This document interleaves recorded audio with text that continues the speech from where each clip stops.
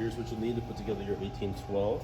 First step is our tube cutter. Then I've got 4 wrenches. The first one's a 5/8. Then we got an 11/16, a 13/16, and a 7/8. Let's first install our 1812 into our 1812 stand. We're going to remove these knobs.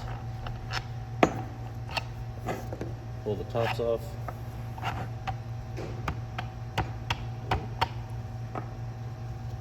Place our 1812. Place the tops. And press down on the top and secure the knobs.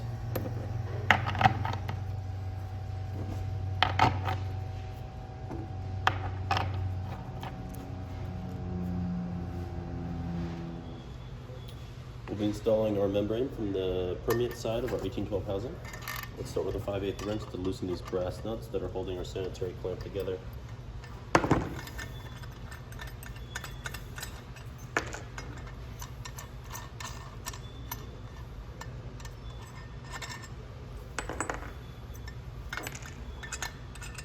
Okay. We'll set that to the side. Remove the cap and set that to the side as well. Onto our membrane. This is a female 1812 membrane, so it's going to require us to use a couple of adapter fittings. We'll start with the plug adapter. It's going to be a solid plug.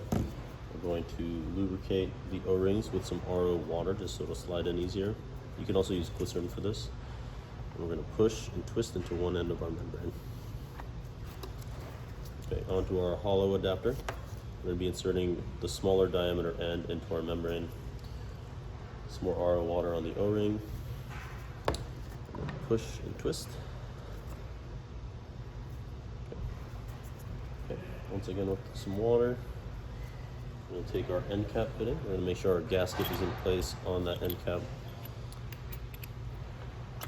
Push that into our end cap. We'll take this assembly. We're going to carefully insert it into our housing. Right. Once we're here, we're going to reinstall our sanitary clamp.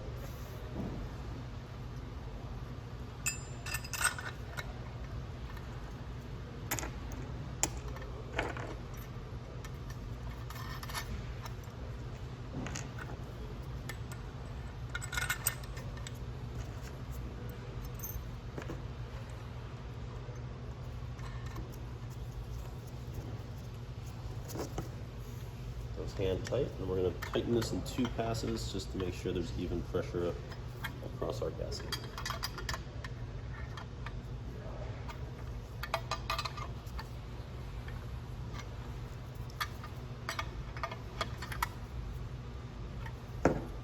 There we go. Moving on to connect our feed and our concentrate lines, we're going to need to remove the caps on both of these ports. We're going to do that using our 7/8 and a 13/16 wrench. Just crack those loose. Once we're loose, remove those by hand. And we're going to be replacing these with a 1/2" union fitting. So 1/2 of this nut is already swaged onto our inlet port. So we will just be needing one of these. So we'll remove one nut from our union. We're going to insert the tube end into our union and fasten that nut. We're going to get this hand tight to start. Same thing with this side.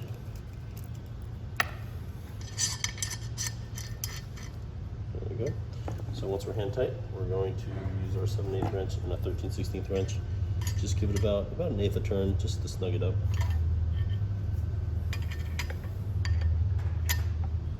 There we go. From here, we can connect our feed and our concentrate lines. Our feed's going to connect to this side. It's going to be a 1/2" tube stub from the hose. We're just going to insert that into our fitting. Hold that union steady with our 13/16 wrench and give the top nut a 1 1/4 turn to set the ferrule in there. Do the same for your outlet line on this end. All right, finally we are going to connect the permeate line to the permeate end of our 1812 housing here. To do this, we're going to use our 1/2" to 3/8 reducing union. Just set aside that 1/2" nut that's on your union. We're going to insert the tube end of our permeate line here and secure that 1/2" nut to the union. Just like our inlet and our outlet, we're going to use a 13/16 wrench to hold it steady, and we're going to give the larger nut about 1/8 of a turn using our 7/8 wrench. Okay, so from here we can take our permeate line. This is a section of 3/8 polypropylene.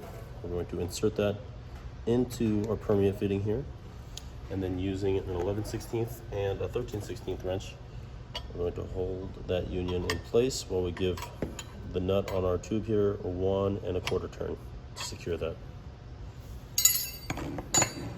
From here, run your permeate line to any sort of collection device and you're all set.